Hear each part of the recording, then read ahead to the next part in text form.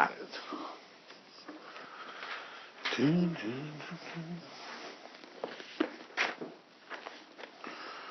All right, turn in your Bibles to 1 Kings if you haven't already, chapter 22. A lot of you are there. Good job. 1 Kings. All out of sorts here. 1 Kings.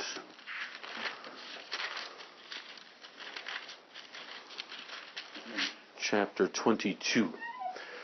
So this is lesson 48. Ahab's last battle. We left off last time where Ahab had stolen, through the work of his wife Jezebel, the land of Naboth's vineyard. A prognostication was made about how Ahab would come to his end and what would be just punishment for him. And we will see that in this day.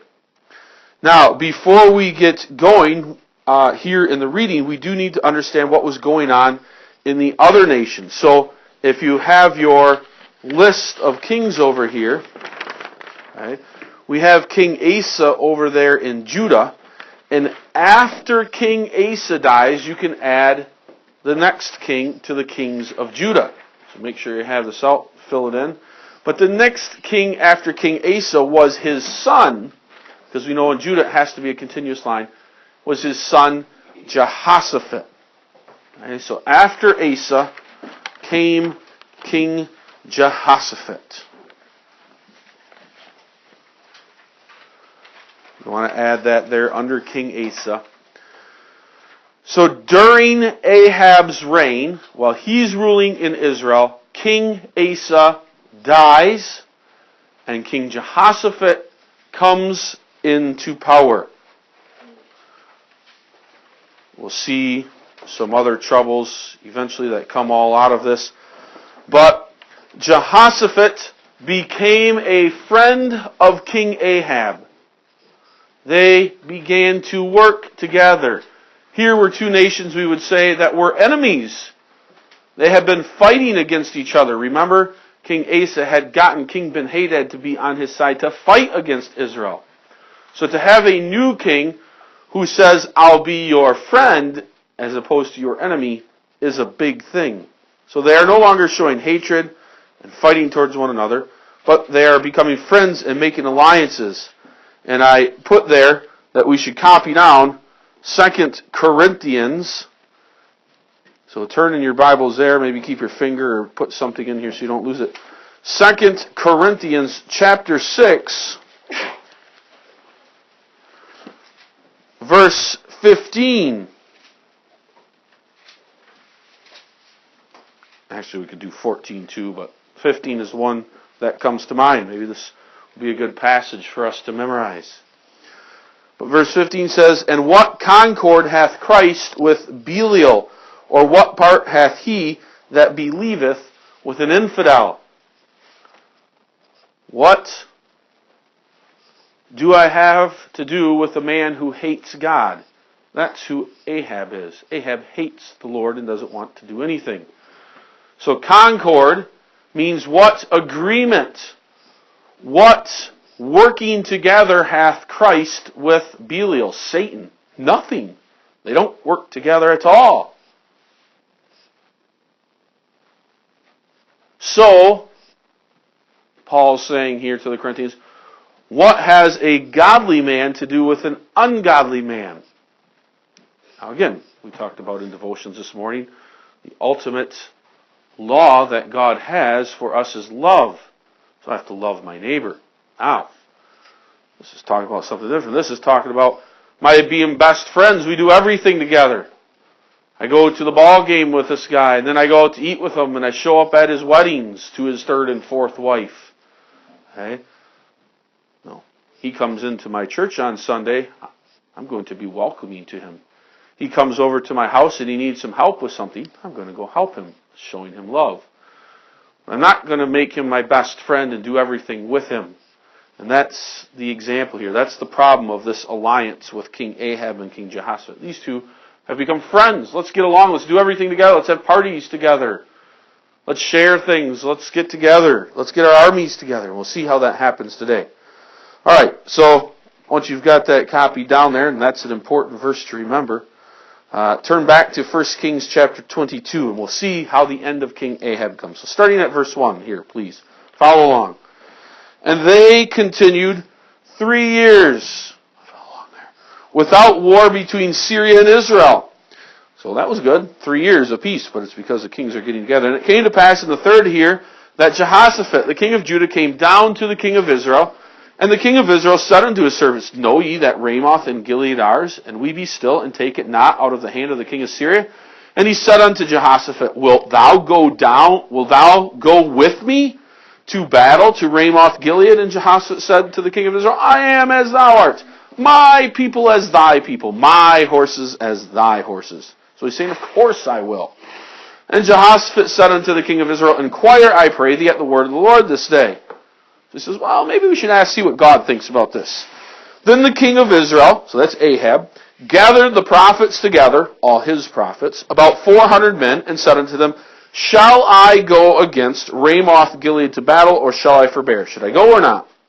And they said, Go up, for the Lord shall deliver it into the hand of the king.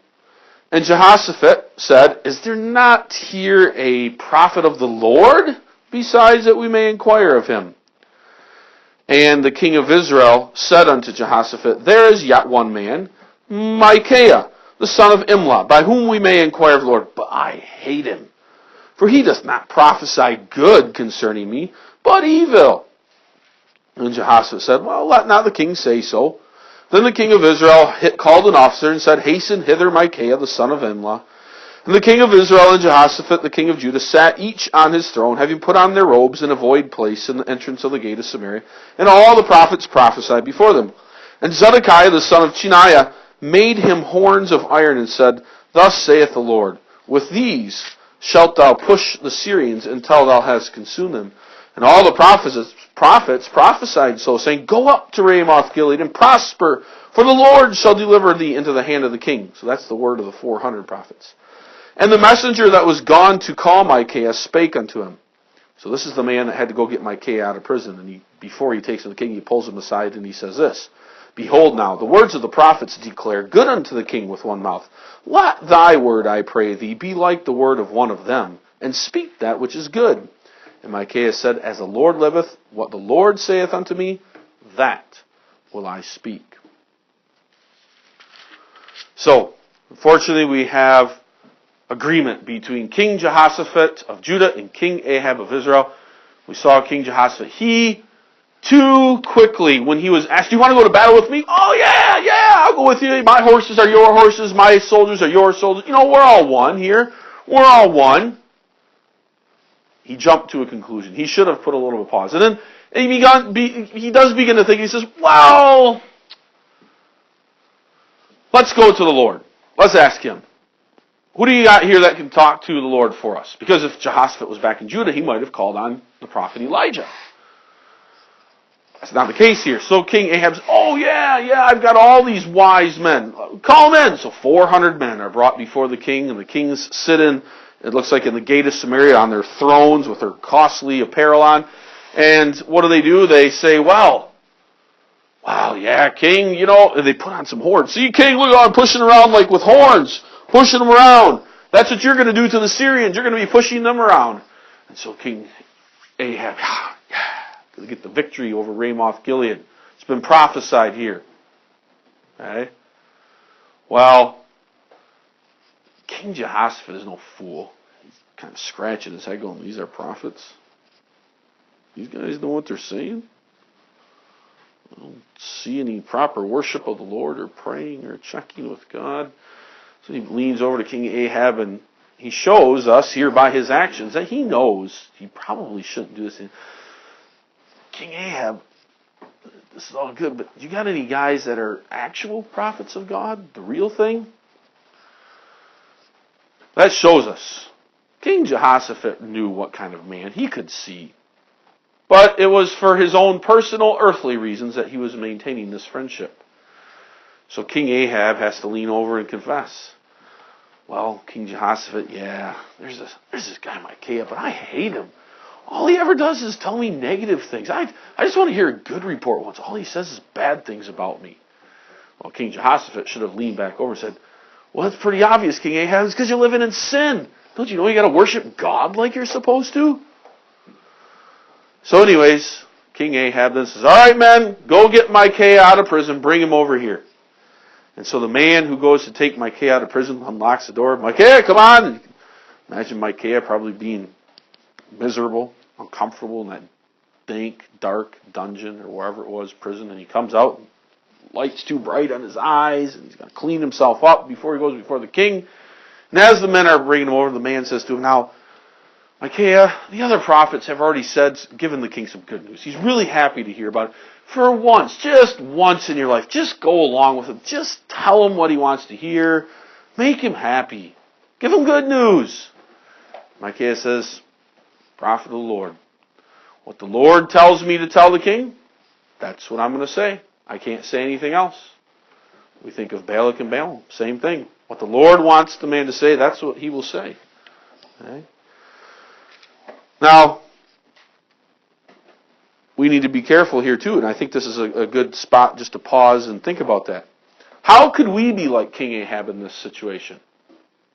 Who might Micaiah be in our lives? Well, Micaiah might have been, when I was young, my parents. Maybe I didn't want to listen to them. I didn't like their advice. Mom and Dad, you're always ruining my fun. Can't I just do this for once? Can't I do that? Why do you always got to get in the way? And so we become Ahab, just like Micaiah. We're complaining and whining about hearing good things, truthful things. It's just not what we want to hear. And so we may tune out our parents. We may sinfully ignore their words and go and do it anyways. All of those things.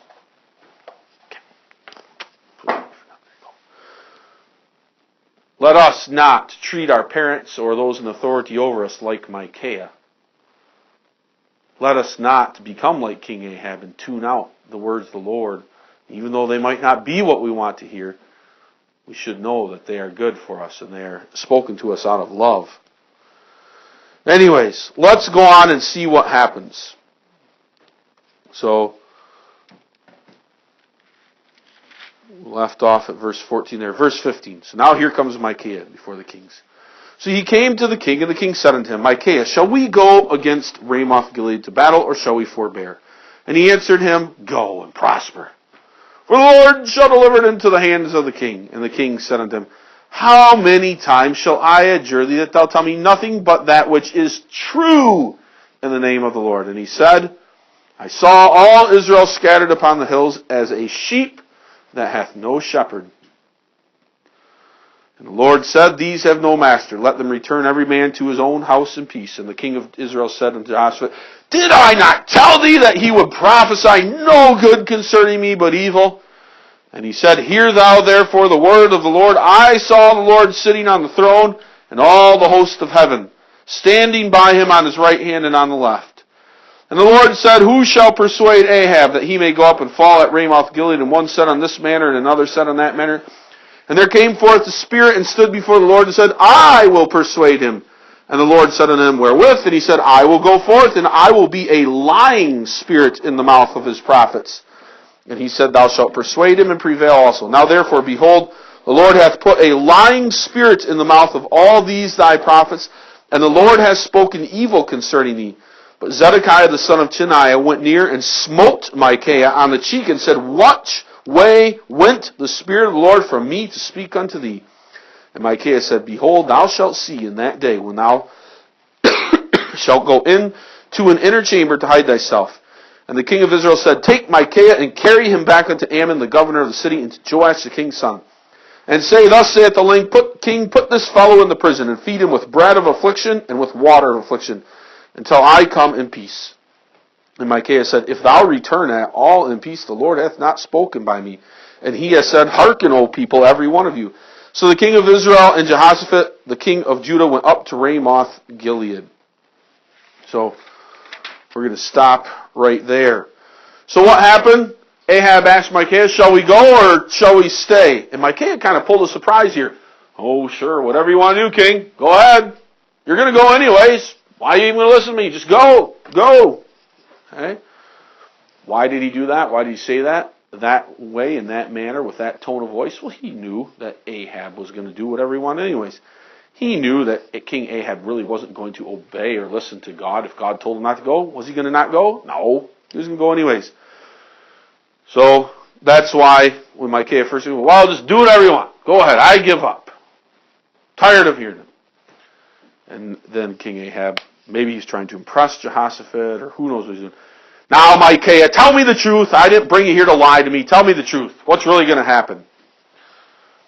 Well, Micaiah said, I'll give you a vision. Here's the picture. There's sheep scattered everywhere in Israel. There's no shepherd for them. You're supposed to be the shepherd who guides them and cares for them and watches over them, and you haven't done that. Well, that's not the answer that Ahab wanted to hear. Ahab kept on, well, what's going to happen in the battle, though, Micaiah? I want to know. Well, Micaiah then tells him, I saw in a vision God on his throne, surrounded by all the holy priests, the spirits. And they were talking, who shall persuade Ahab to go and die at Ramoth Gilead? Who's going to persuade him? And one of the heavenly spirits said, I will be a spirit of falsehood. I will go, and I will go to the 400 prophets, and they will tell him the wrong thing. Zedekiah, one of those 400 prophets, was so angry, he walked up and slapped Micaiah across the face. A sign of shame. Okay? That was a major sign in the Bible days. Slapping someone across the face. Probably next to putting them to death. Okay? Zedekiah was not happy hearing this. But once more, Micaiah had to prophesy. Zedekiah, you're going to flee from chamber to chamber in Ramoth Gilead when you're fighting to try to hide yourself. Well, King Ahab wanted nothing of it. He said, take this man away. Bring him back to the dungeon and don't feed him water and feed him bread as little as you can to keep him alive, and leave him there until I come back in peace. And Micaiah said, well, that's not going to be happening, King Ahab. You're not going to be coming back in peace. So what happened during the battle? Well, that starts there, verse 30. And the king of Israel said unto Jehoshaphat, I will disguise myself. Enter thou into the battle, but put thou on thy robes. And the king of Israel disguised himself and went into battle. And the king of Syria commanded his 32 captains that had rule over his chariot, saying, fight neither with small nor great, save only with the king of Israel. And it came to pass, when the captains of the chariots saw Jehoshaphat, that they said, surely it is the king of Israel. And they turned aside to fight against him, and Jehoshaphat cried out. And it came to pass, when the captains of the chariots perceived that it was not the king of Israel, that they turned back after pursuing him. And a certain man drew a bow at a venture, which kind of means randomly, and smote the king of Israel between the joints of the harness. Wherefore he said unto the driver of the chariot, turn thine hand and carry me out of the host, for I am wounded. And the battle increased that day, and the king was stayed up in his chariot against the Syrians, and died at even, and the blood ran out of the wound into the midst of the chariot. And there went a proclamation throughout the host about the going down of the sun, saying, every man to his city, and every man to his own country. So the king died, and was brought to Samaria, and they buried the king in Samaria. And one washed the chariot in the pool of Samaria, and the dogs licked up his blood as they washed his armor, according to the word of the Lord which he spake. Now the rest of the acts of Ahab, and all that he did, and the ivory house which he made, and all the cities which he built, are they not written in the book of the Chronicles of the kings of Israel? So Ahab slept with his fathers, and Ahaziah his son reigned in his stead. So now it's time for the battle. Okay, we really don't know much about Jehoshaphat. We haven't studied him yet. But he's going to go into battle, and probably King Ahab and Jehoshaphat are both going to get in their chariots. Now probably the king's chariot was very royal looking, very beautiful, costly arrayment all over it. Well, the same would be true for the dress. The king would go into battle in his royal garments. He would look important so that the men would know and be able to spot the king at a moment's notice, so that they could see what he was ordering them to do, where to go, and how to fight, and to retreat, and when to do things. Well, in this situation, King Ahab knows he's going to die. He's been told that he's going to die today. And he thinks, although rather really deep down the soul, does he really believe he can outdo the Lord? No, but he's going to try anyways. He's going to try anyways. So what does he do? He says, King Jehoshaphat, you wear the costly apparel.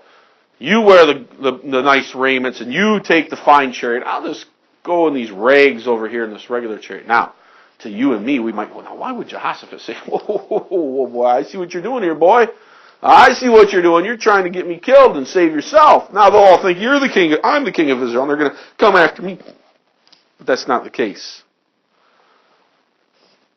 God is in control here. Just as we said, that arrow, it seems as though it was randomly shot, it was not. The arrow that eventually kills Ahab is in God's control. And so is all of this. So they go into battle. The men of Syria are looking around because they've been told, don't really go after the regular guys, just find the king. You find the king, we'll take care of it. Cut off the head, and the rest of the body of Israel will be worthless. They'll be as sheep without a shepherd. Just as Micaiah said.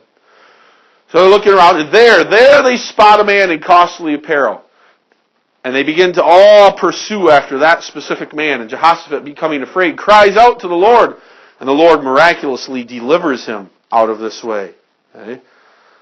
The Lord helped him. And the people, too, of Syria could realize, there's not something quite right about that man. He's not quite the king. I think it's a diversion, and they're right. So they go back into the heat of the battle. And that's where we see the Lord directs an arrow from one of the archers of Syria right into, and it misses the armor of King Ahab, and it strikes him into an area, maybe in a leg or an arm, somewhere where there's going to be a lot of blood very quickly. And so that he begins to become weak, and he has to be propped up in this chariot, and tells his man, get me out of here, man. And they get him out of there, but eventually, hours later, he dies because of loss of blood. The blood is pooled in his chariot, he can't get away, and in the end, they lose the battle.